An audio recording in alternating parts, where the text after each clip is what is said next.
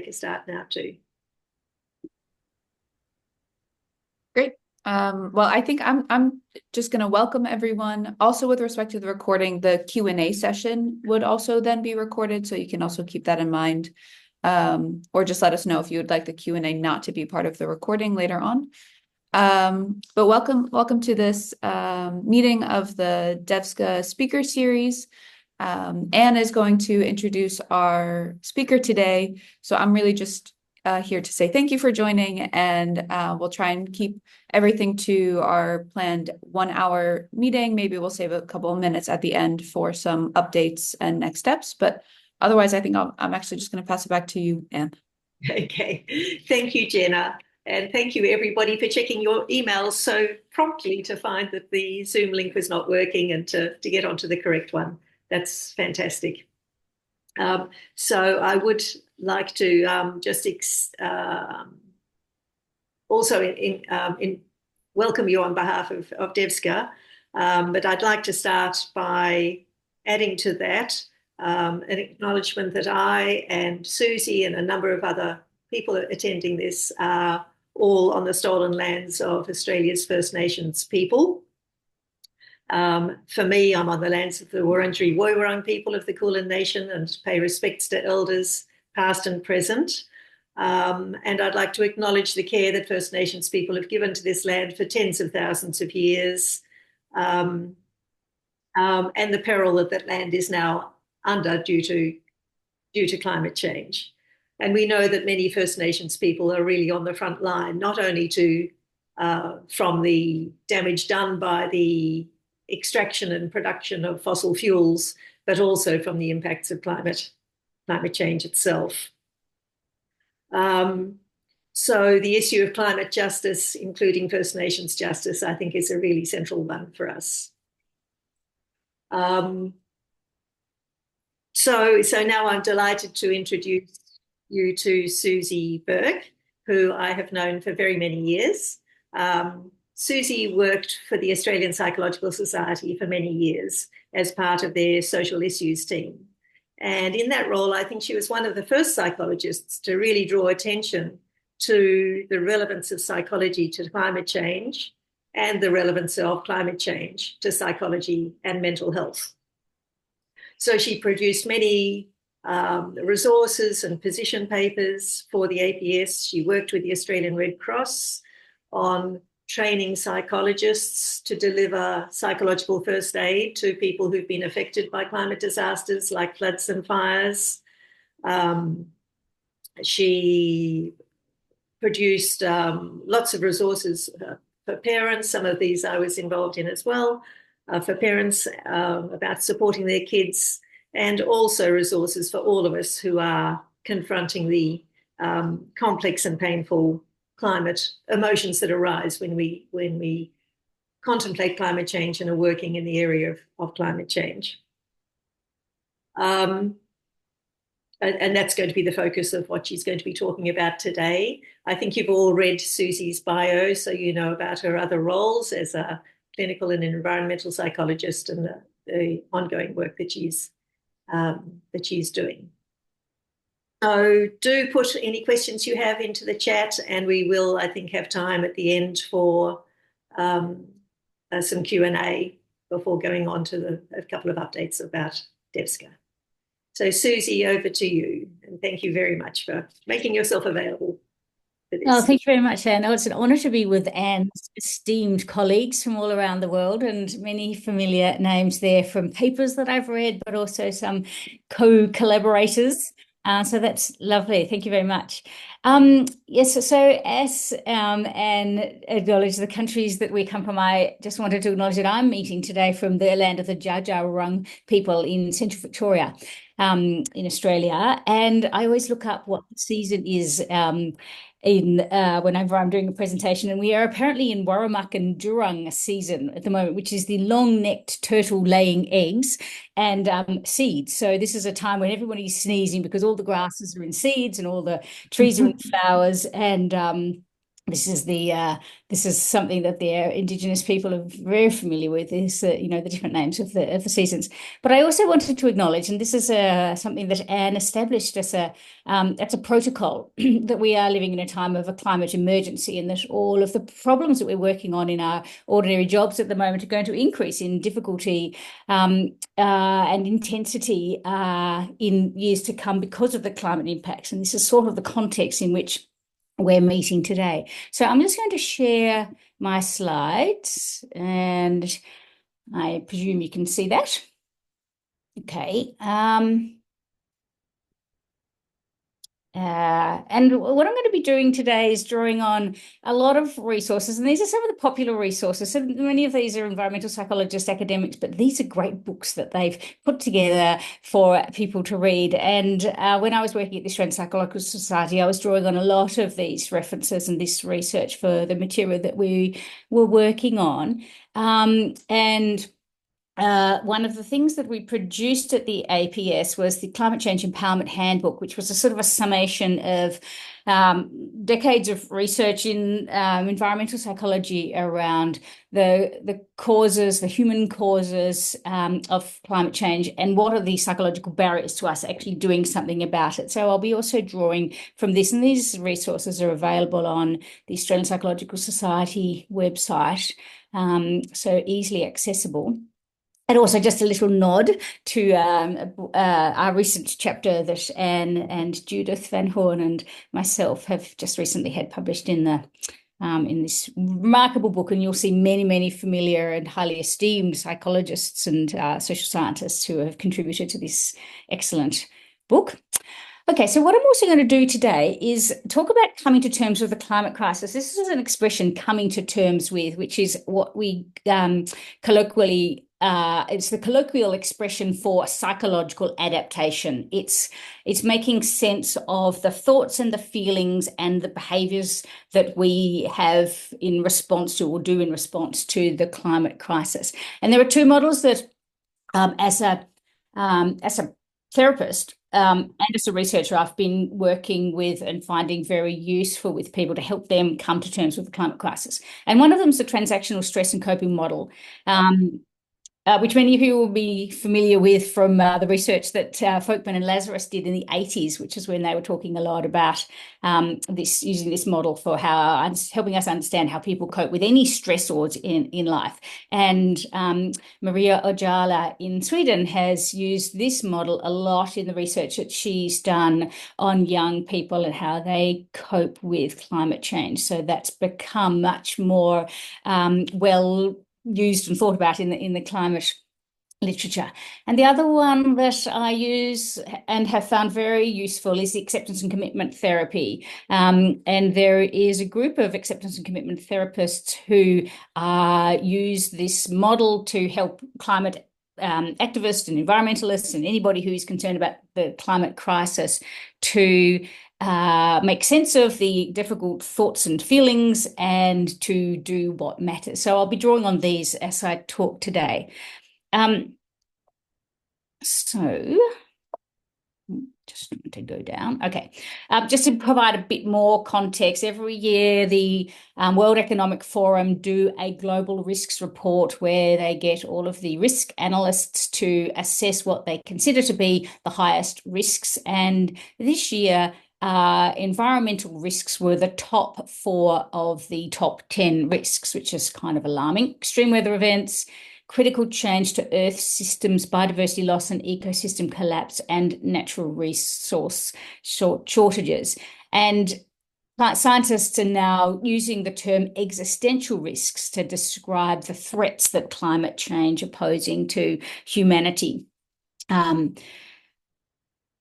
And this is another report that was published, and you might have come across it in The Guardian 2024. So the IPCC writers, who are the most informed people on the planet around the climate threat, were interviewed. 380 people responded, which was a large number of the total IPCC authors.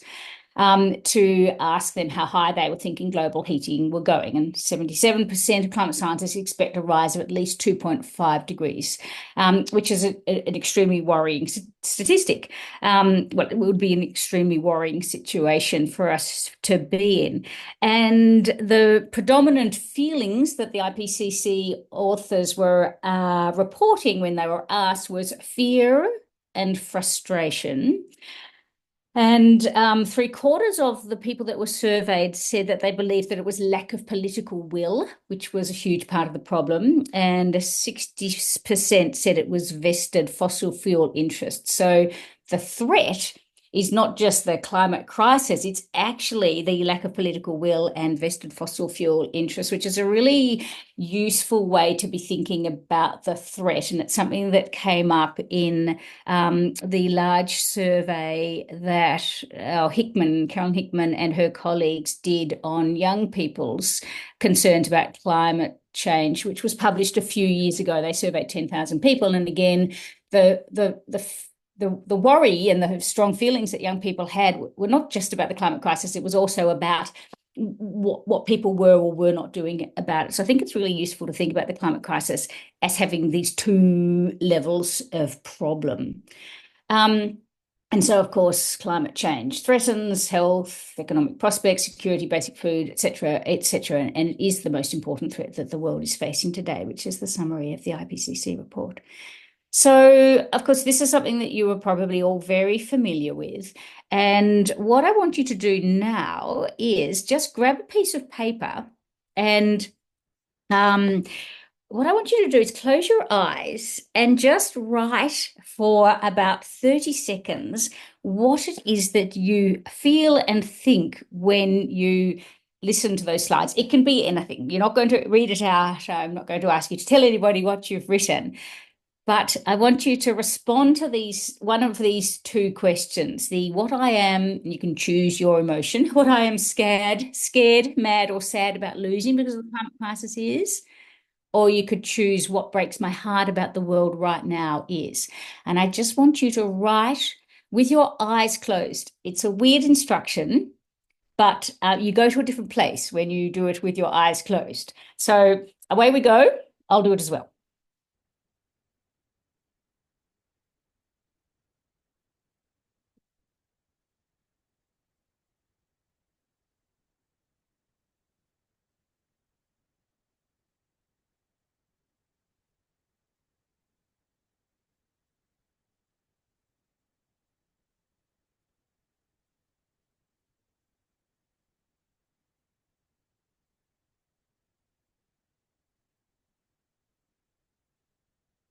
Okay, thank you for doing that.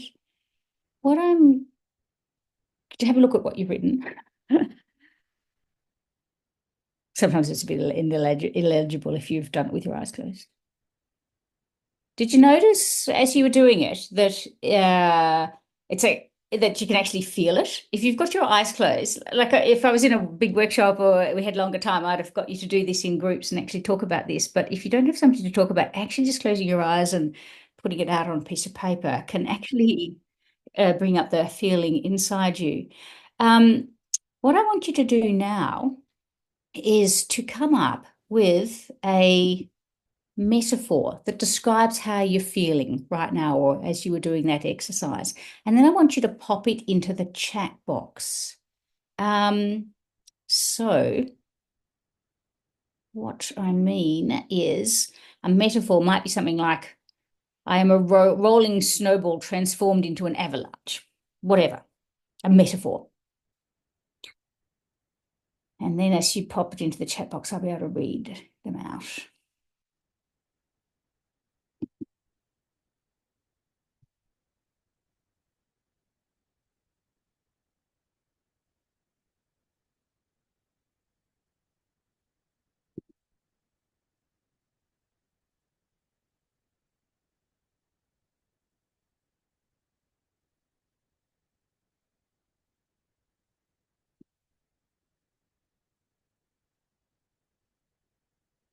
Aha, thank you, Bridget's got going. Cane toad making a home in a puddle of acid.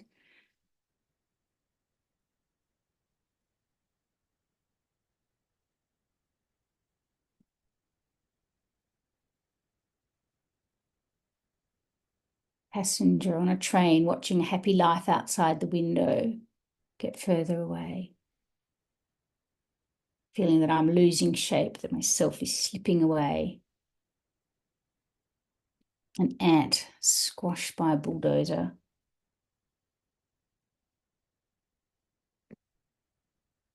A piece of puzzle that only creates a masterpiece if someone more powerful decides to put the pieces together.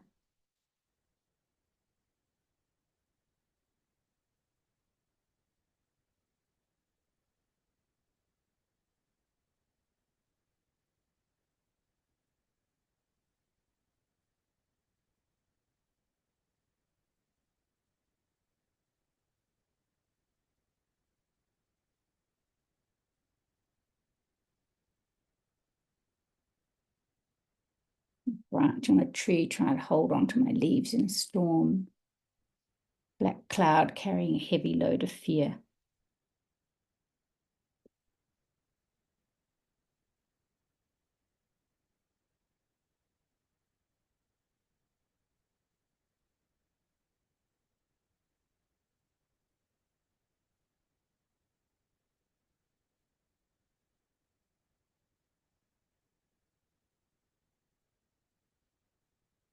Thank you for them. You can keep adding them as you go, but I'm just going to move on. But that's the beautiful metaphors. Thank you. We're going to collate them for later. So if you do come up with another one, pop it in. Thank you.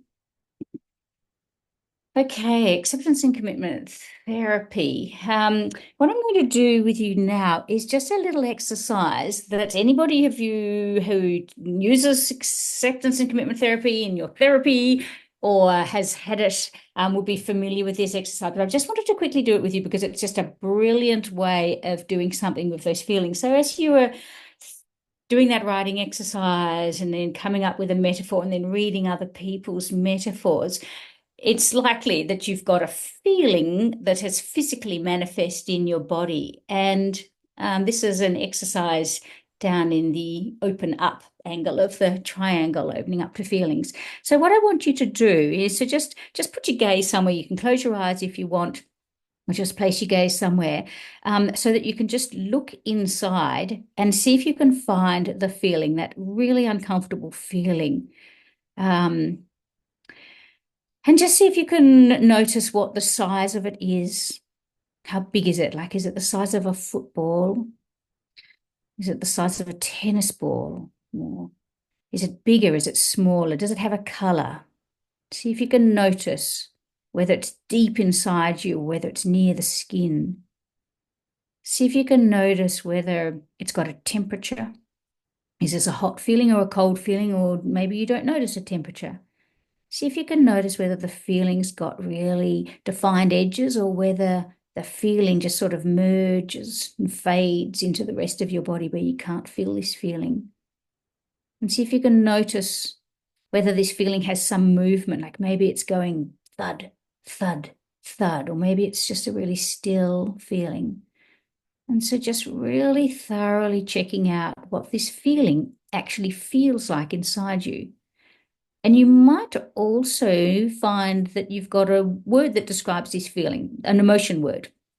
You know, you might come up with a word like fear or grief or loss or something, or you might not find a word that suits to describe this feeling, but you know what the size and the shape of it is. And then the next thing I'm going to get you to do is to just breathe and let your breath out. So move away from the feeling for a moment and just breathe out and let all the breath drain from your body. And then when it's completely empty, squeeze out the last little bits of air and then just wait for a moment before you let the next breath come in. And then doing that one more time, letting your breath drain out and drain out. This is kind of a stabilizing way of settling your breathing so that you can then imagine breathing into and around that uncomfortable feeling in your body. And imagining that you're breathing a layer of air right around this feeling that you have in your body, this feeling that you've identified. You can try doing that on an in-breath or an out-breath. It doesn't matter. It's just an imaginary exercise where you're imagining getting a layer of this air around that feeling. And then when you have done that, imagining that wherever you've breathed this air now magically dissolves whatever else is a part of your body so that this uncomfortable feeling can spread out and take up more space. This is what we call opening up to a feeling. It's about making space for a feeling, welcoming it. We don't have to like it, but being willing to make space for it and let it have even more space can help a feeling move through us, because feelings are travelers. They're not residents. They don't want to sit around forever. They're moving. And so being able to give full space to an uncomfortable feeling can help it to sort of move through us. So if you've closed your eyes, I get you to open them again now. So that's just an example of an acceptance commitment therapy in that bottom part of the triangle, that opening up to thoughts and feelings. And in the transactional, here's a whole lot of different ways in which we describe that exercise: making room for feelings, noticing and naming them, leaning into them, and so on. I'm happy to share these slides afterwards, so don't, I'm just going to whiz through them.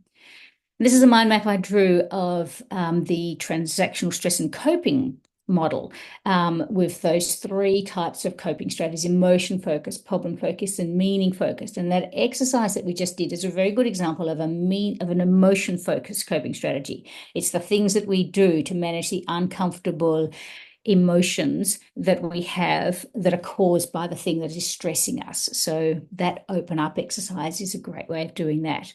And again, on this mind map, you can see a whole lot of other strategies from the literature that are great ways of being able to manage the emotions. And that's a little picture of Maria Ojala up there, just to remind us that she is the one who's been popularly using this for dealing with climate change. So this is something that a document that Anne and I developed when I was working at the Australian Psychological Society. 101 things you can do to address climate change. But this one is to illustrate problem-focused coping strategies. So problem-focused coping strategies is the things that we do to remove or reduce the problem that is causing the stress or the uncomfortable feelings. So these are all the things that we do with our legs and our arms and our words. When we do things, we're actually actively doing things. And the atmosphere doesn't care what we're thinking or feeling. What matters is what we do to solve the problem, not how we feel.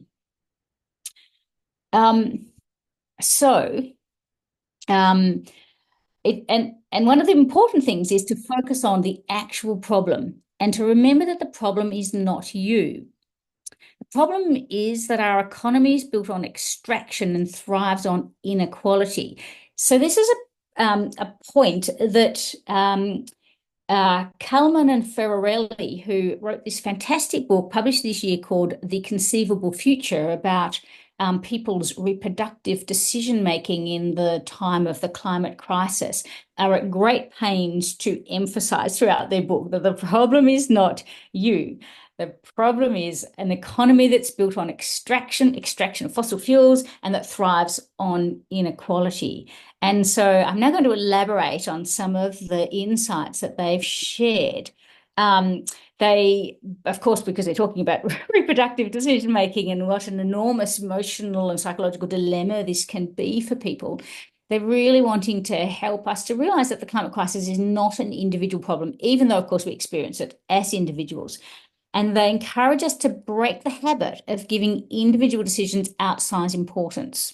And one of the lines that I loved was about the problem of making oneself impeccable. So sometimes we can find ourselves getting paralyzed by the efforts that we're making to reduce our own personal footprint, i.e. to make ourselves impeccable. But when we do that, and we put so much emphasis in that, it does distort our perspective about the problem that we're trying to fix, which is actually a whole system change problem.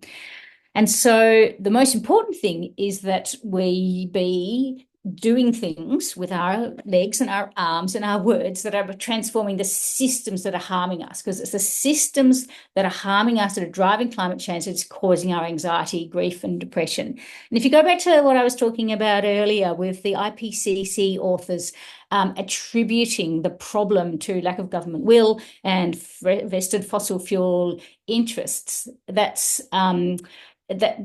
talking about the same thing.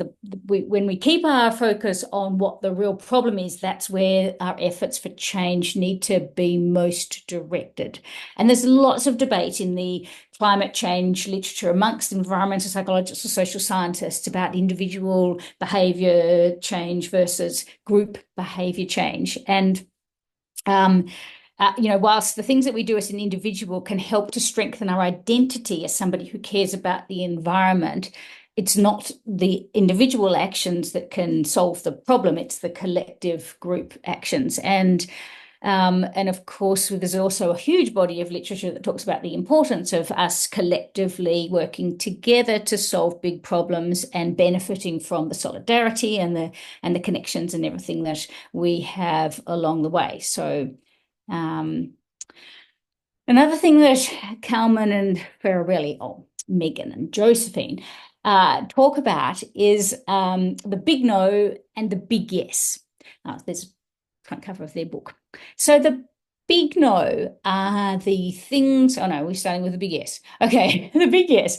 The big yes are the things that we say yes to. Let's build a community-owned wind farm in this community. Let's see if we can get land and raise money for 6 turbines. That's a big yes sort of project.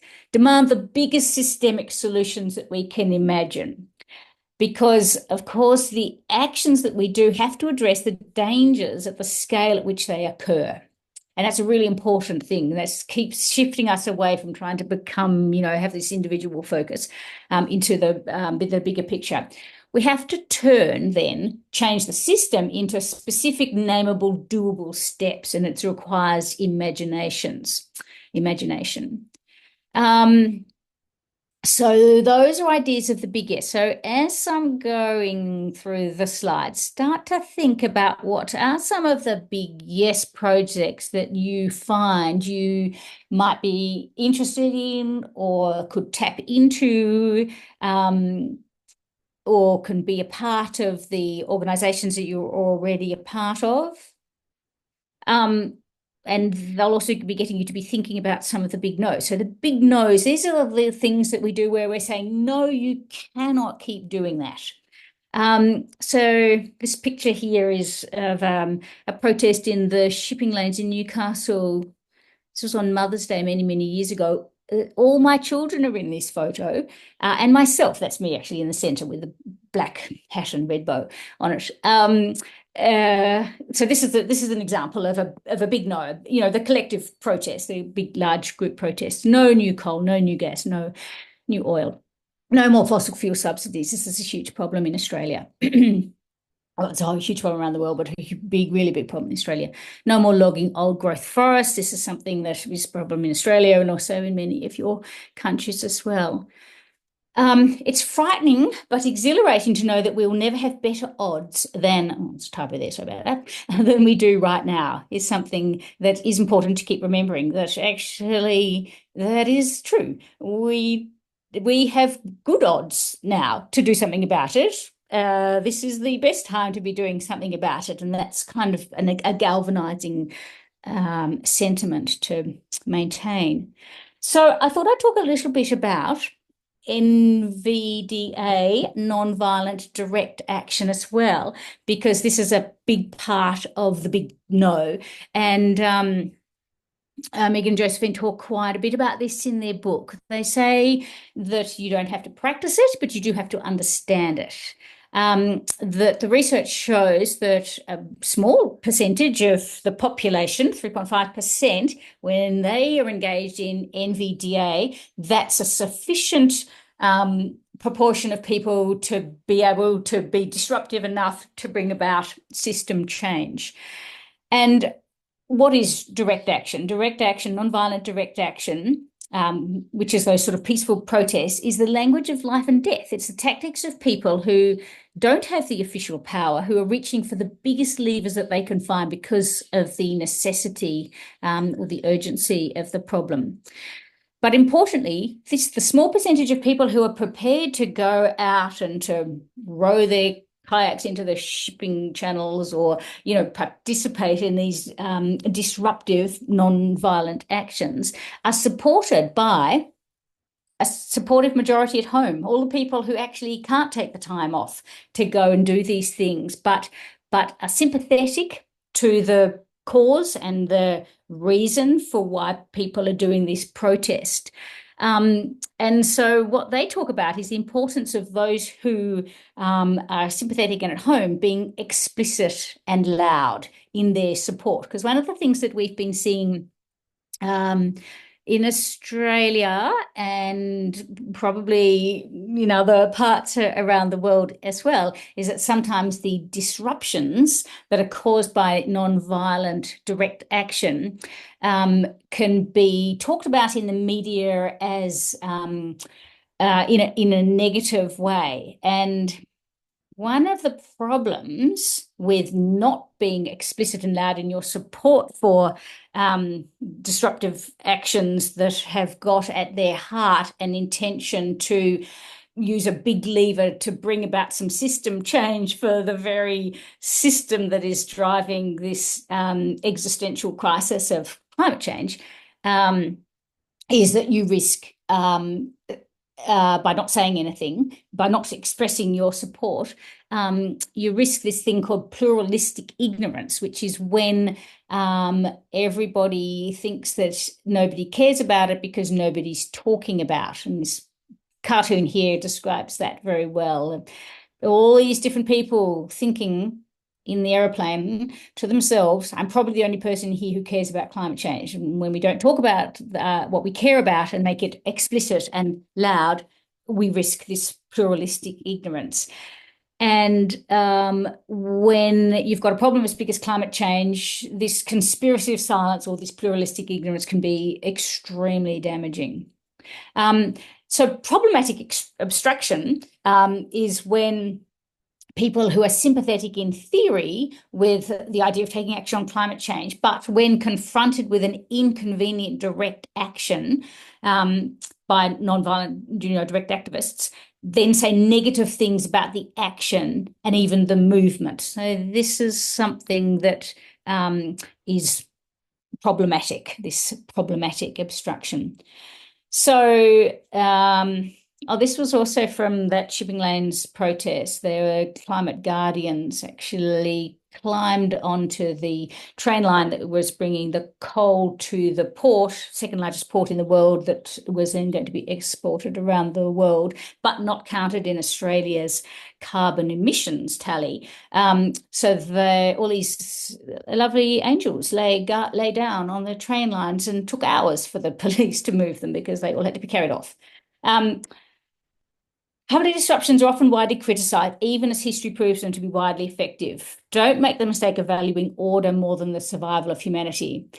I'm sounding like a real rah-rah non-violent direct action activist, and that's because I am. And also that's because I'm about to go up to another protest in Newcastle at the shipping lanes in a couple of days. So it's forefront of my mind. It's normal if we find ourselves more upset than we expect to be when presented with other people's misbehaviour. So misbehaviour in quotes here, because is it misbehaving to engage in some disruptive non-violent demonstration to protest or to highlight the importance of system change to protect the very planet that we require to be stable in order for us and future generations to be able to thrive in. So we need to expect that it's normal to be upset when we are inconvenienced by it, but maybe that's not the biggest upset. And then to resist the impulse to label activists as the problem when rather they are addressing a problem. Discomfort is part of it. We need to be in solidarity with it at a basic level. So when I was reading The Inconceivable Future, I did find this whole section on NVDA remarkable that they included it in a book on how people are deciding whether to have babies or not. I thought it was just a brilliant sort of way of emphasizing the importance of paying attention to the real problem. The problem is not whether a person should have another baby or have children at all. The problem is a different one. This came through our climate group the other day, which I thought was great. The climate crisis, spot the inconvenience, more powerful cyclones, longer bushfire season, worse droughts, coastal inundation, erosion, more heat waves, protests about climate action. It's this one. It's definitely this one. And I think this illustrates perfectly the absurdity of what I've just been talking about. Okay, so the big no and the big yes. I'm just interested in you just using the chat box and just putting some ideas in there of things that might have been popping up into your mind as good examples of the big yes and the big no, just for a moment.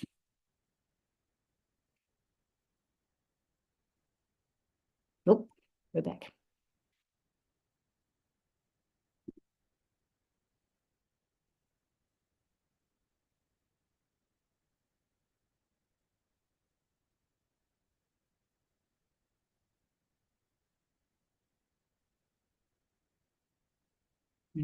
Colleen Turner, Rising Tide. Anyone got any ideas? Oh, here we go. Big no. Oh, my big no is logging native forests. Excellent. Yep.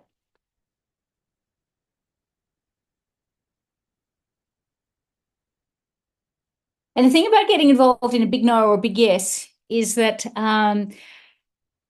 it's really helpful to remember that whilst you're working away on your big yes, somebody just around the corner is enthusiastically working in their own group on a big no. And when you get sick of your big no, you might go and join a big yes that's working somewhere else. That there's always lots of people working hard on things that you could get involved in. Big yes is coalition building. Big yes, sustainable diet. Yeah. George Monbiot's book, Regenesis, is a great one for looking at how to feed the planet without collapsing the planet. That's not exactly the title, but the main bit of the title is Regenesis. Big no, recurrent large-scale military operations leading to ecocide. Yes. Yes. And 85% of my LGA is state or national parks. Colleen, how lovely. Yeah, so preserving, protecting the parks. Okay.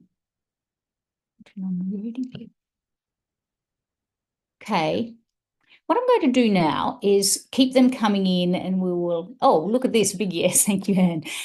DevSCA members using their collective voice to highlight threats to future generations, to governments, corporations and communities. Yep, nice one. Okay, thank you for that. Keep popping them in if they come to you, but I'm just going to cover the third and last of the strategies, the meaning, focus, coping, cultivating hope. So a lot of these come from Maria Ajala's work. What she notices is that these are the strategies that people use when they're engaging in meaning, focus, coping, noticing how people everywhere are taking climate action. Thinking about the positives of a zero carbon future. So be thinking about how much, well, that's what this cartoon is talking about. Clean water, air, healthy children. Using our imaginations to transform the world. Because as Naomi Klein says, what does she say? Oh, it's this great quote about there are no I can't remember it exactly, but it's something about how we have to use our imaginations to solve this problem. We can't just keep using the same old thinking that got us into this mess. That's not exactly what it was, but anyway. Thinking about solutions in other times. We're thinking about how in other times in history where there's been huge, big, complex problems, how it is that humans have got together and over a sustained period of time have been able to solve the problem, like apartheid, getting women the vote, the end of slavery, things like that. And all of these are the cultivation of active hope. We could have a whole other workshop on this, but I did just want to finish with this. Not the End of the World is an excellent book by Hannah Ritchie, who's a British environmentalist who published this book, I think, this year. And it's such a great book. She says, consider this. We can actually be the first generation to achieve a sustainable world. So a sustainable world, she defines as being one where there is no environmental damage and a healthy life for all. And we actually hasn't ever been a time in the history of humans where we have actually achieved this. It has always been the case that people have died early, that children, huge numbers of children have died before the age of 5 or before the age of 15. And so it's actually the case that that can be the first generation. When she talks about we being the first generation, she's meaning all of the different generations that we are representing, the people that are here at the moment, we the generations that are here at the moment, could actually achieve a sustainable world. First time ever. Amazing.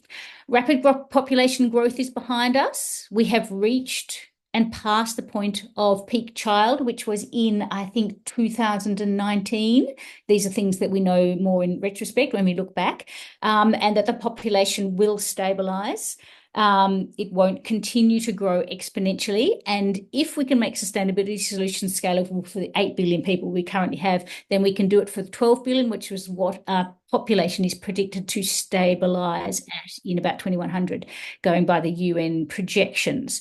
So that's doable. If we can do it, well, we can do it for 8 billion people, then we can do it for 10 billion people. So population is not the big problem.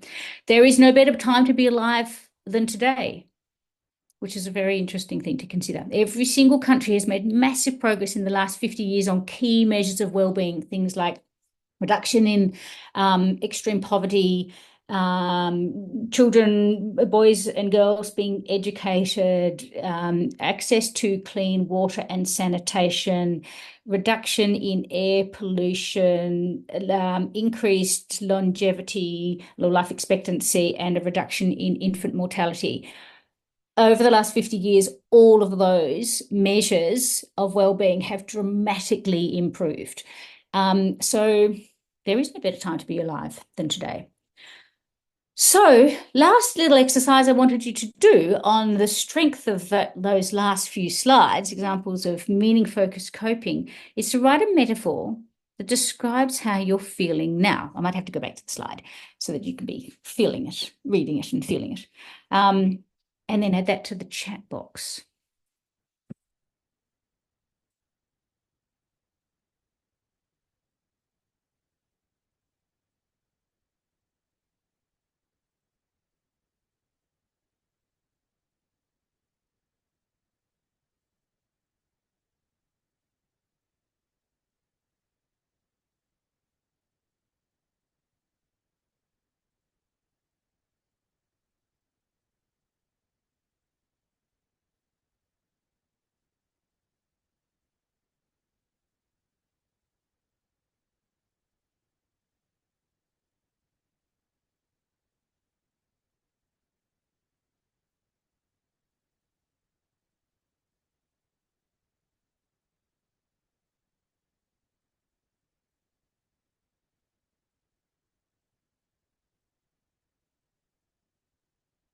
Here they come. Thank you, Anne.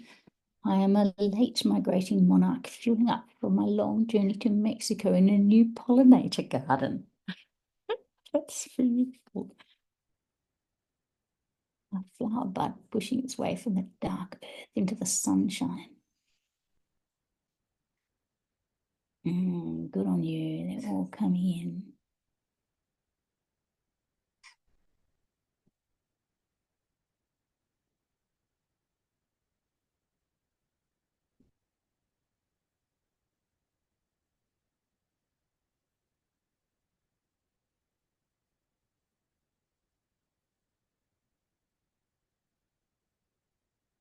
And sorry about that.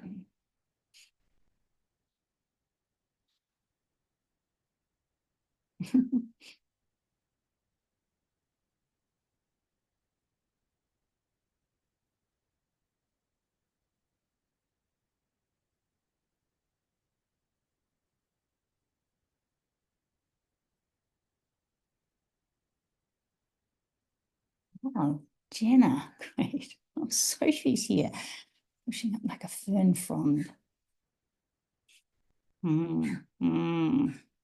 Yeah.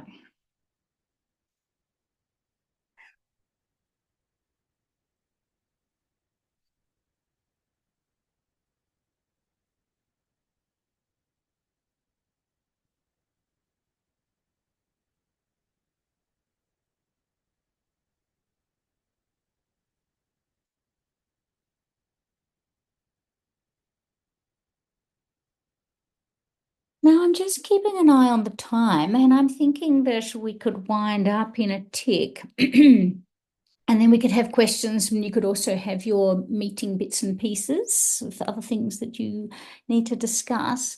But I just wanted to finish off talking with you today with a little poem. Okay. I am a cane toad making a home in a puddle of acid. I am a passenger on a train watching a happy life outside the window get further away. I am losing shape. Myself is slipping away from its form. I am an ant squashed by a bulldozer. I am a piece of puzzle that only creates a masterpiece if someone more powerful decides to put the pieces together. I am a small candle in a hurricane. I am a black cloud carrying a heavy load of fear. I am a branch on a tree trying to hold on to my leaves in a storm. I am a small tree on an eroding cliff. But I am also a late migrating monarch, fueling up for my long journey to Mexico in a new pollinator garden. I am also a flower bud pushing its way from the dark earth into the sunshine. I am also a fish swimming in the sea of possibilities. I am a bee that can only accomplish little alone but can do a lot with others. I am a bird ready to spread its wings again and fly after a long and heavy storm. I am less like a windstorm and more like a pleasant breeze. I am a kayak on a bay, one of many, many. I am an ant who just discovered I can carry a whole lot more than I expected. I am pushing up like a fern frond, still not sure if that bulldozer is coming for me too. So thank you very much, everybody, for creating a beautiful poem for me. Oh, I'm just going to stop sharing this thing now. I can see you all properly. So poetic, so able to move through the feelings of despair and grief, and then to be able to open yourself up to possibilities as well. Really amazing. A very beautiful poem. If you've added more things in, I'm wondering, Jenna or Anne, if you know how to capture the stuff that's in the chat so that we can write it out, because I only wrote half of them out myself. Do you know how to do that, Jenna? You don't know how to do that, Jenna. It is. I'll look into it. Maybe you can field questions and I'll try and figure that out. All right.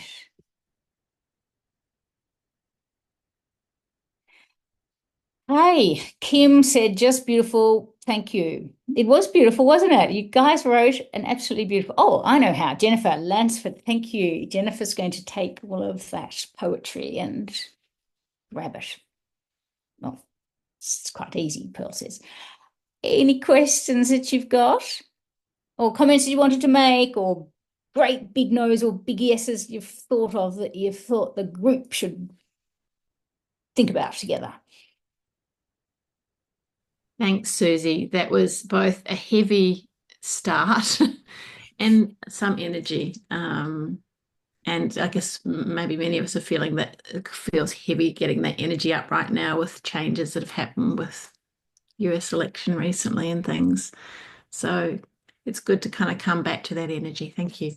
Thank you, Sophie.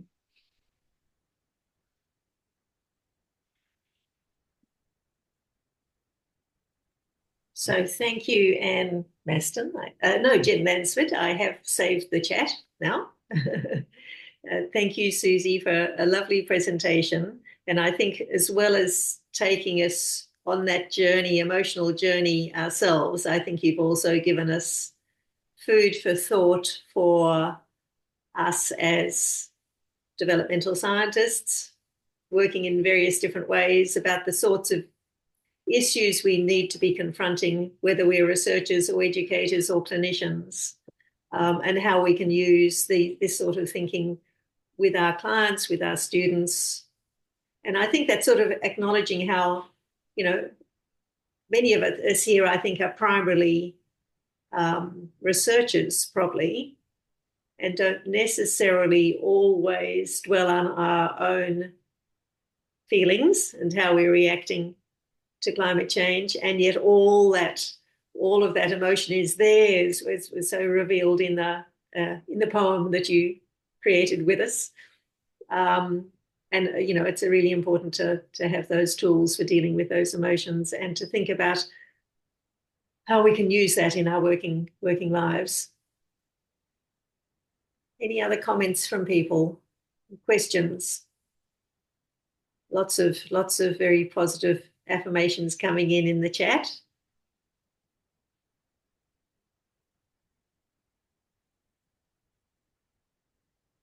Well, as I said, I will send through the copy of the slides because all those books that I mentioned, some of them are just so worth reading.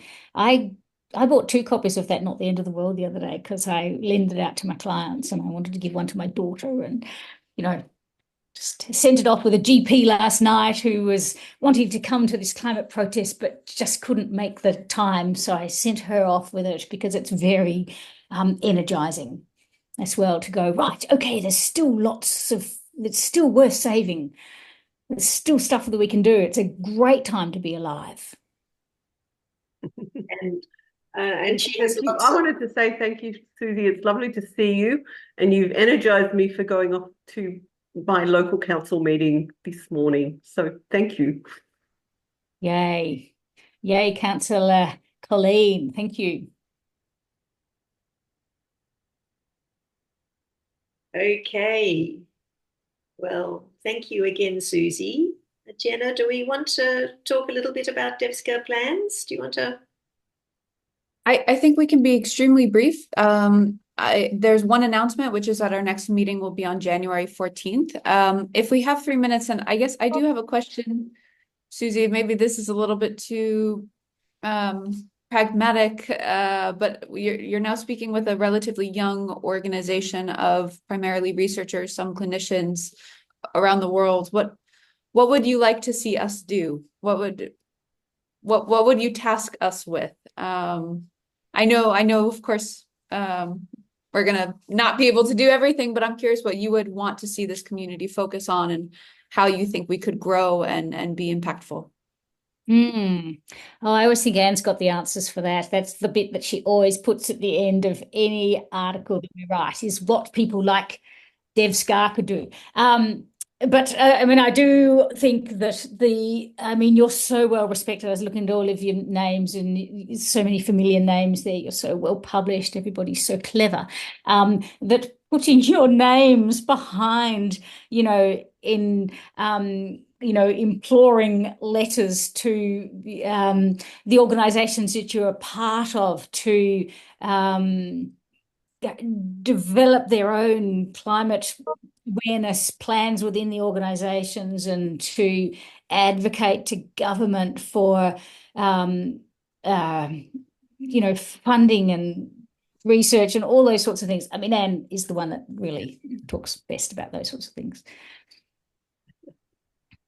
Well, I think DevSCA has really made a good start, and I think there's a lot more that we can be doing in raising our collective voices, because we all do have a lot of status, we have a lot of knowledge, a lot of expertise, and I think for us to use that as powerfully as we can to influence governments and corporations and our local communities and everyone else we can think of, and our students and our clients. I guess the other thing that Susie is very good at is talking about whether we should bring up the issue of climate change for those of us who are working as clinicians, should we be bringing up the issue of climate change with our clients. And I think she makes a very powerful case for why we should. And what does it mean if we don't? So bringing it up with our students, talking about it, even if what we're ostensibly talking about is not climate change, to recognise that that is an issue for just about everybody that we're working with, and that all of us do have a role that we can play. Yeah, that's a really good point. One of the ways in which I always bring it up in therapy, climate change, is whenever I'm teaching somebody the acceptance commitment therapy model, I'll always say, I draw the triangle, and then I say, this is a model that, you know, I always use when I'm working with people who've got distress about climate change, because it's great, because it sends you into, you know, the place of action. So I just always slip that in. And I was also thinking when Anne was talking, you've probably heard me say this before, that George Marshall, who's an activist in the UK who started a climate organisation that has changed its name too many times now, I can't remember what it's called, but he used to get himself locked to earth-moving vehicles in, you know, coal mines and things like that. That was his sort of form of activism. And now his activism is to talk about climate change every single day with somebody. And probably heard me say this as well, that he says he doesn't cheat. So if he gives a presentation to 1,000 people, he doesn't count that as 1,000 people. He counts that as Monday's work. And then on Tuesday, he goes out again to talk with climate change about people, because that helps people to realize that it's relevant, it's salient, it's our responsibility, it's in our world, it's happening, we need to do something about it. And it breaks that conspiracy of silence, and it stops that problem of pluralistic ignorance, which I was talking about before. Well, Thank you both for getting in. I see that we are now 1 minute over our time, so maybe just to reiterate, we'll have another meeting in January. We'll be talking about climate superpowers, and more details will come. And then we're planning to have another meeting in March, which would be a full group meeting where we can do more updating. And hopefully we would also have a 30-minute presentation in there as well from someone from our community or beyond. So if anyone here would like to present, then please just send an email to us. And otherwise, we'll share a recording with the whole DevSCA group and place it online. So hopefully many people will be able to benefit from this great presentation. And thank you very, very much, Susie, for joining us. Thank you, Susie. Goodbye, everyone. Thank you. Thanks so much.